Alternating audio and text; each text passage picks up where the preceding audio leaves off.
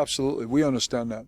You know, we understand that, like you said, volleyball, handball, those teams are extremely successful, and now it is up to us to be just as successful. I do believe that there is not a game, not a sports, in the world where it's as difficult as it is in basketball to be successful. There's no other sport. Football? No. Because, like, I'm talking, maybe at the European level it's the same. But even at the European level, I'd say that in Slovenia doesn't have soccer. You know, if you look at the Baltic states where I coached, the basketball there is like a religion. Sure. In basketball, it's Lithuania. I don't know if we even play soccer in Lithuania a little bit. They play everywhere. Yeah, Estonia, you know, Latvia, they're all very, very good. So I think you can make a point for saying that even at the European level, it is more difficult in basketball than even in soccer. And at the world level, you know, the Australians, I don't know, they play soccer, but the Americans, they do, but the Chinese, no. But they're great. They're going to be great in 10 years or so. So basketball to me is a lot more difficult than in any other sport, and I think that's something that we also have to look at. But I don't want to make excuses. You know, it is our job to follow the lead of what our friends in volleyball and handball have done, no question.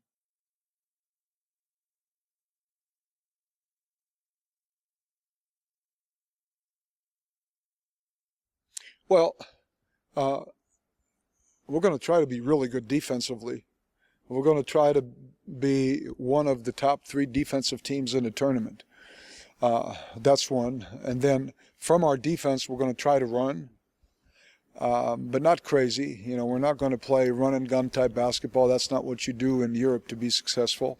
But we're going to try to score easy baskets with our transition game, with the fast break. And then in the half-court game, you know, obviously we're going to have to find a good mix, a good balance of getting the ball to Gortat and Lampe. But the other team, the other players have to be more than just bystanders. You know, they have to be aggressive too. They have to play with confidence. They have to feel that we believe in them, that Lampe and Gortat believe in them.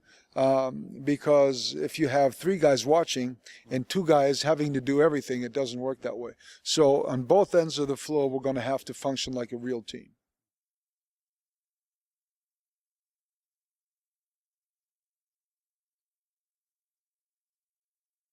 Well, I think it's a very good question, and it was a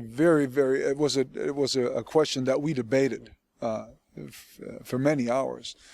At the end of the day, we made the decision because we feel like we have better players at the position. We have Kelati, who will play mostly 2. Machinsky, who to me will be one of the surprises of the national team, because that kid can really play. He's really smart. He's not kid anymore because he's 24. No, I understood. We call 36-year-old players kids. So I'm sorry. I understood. Yes, but so you know, we have Punitka and we have Michalak, and we have Zamoyski, and so there's a lot of quality at the position, and we feel like playing in Kosovo is just not the right thing to do. If you want to be like in soccer, players go they change clubs, they go to a different country even where they play at a high level, so that they have a better chance of qualifying for their national team. And so going to Kosovo, we just feel was not a good decision, and hopefully Berisha will play at a higher level next season. And then we will definitely take another look at him, because as you know, or as you said, he is a very talented player. He can score, he can shoot, he's fearless. But this year, no, play at a higher level, show us what you can do, show us that you have a very high motivation to play at the highest level, and then we will reward you and we will invite you.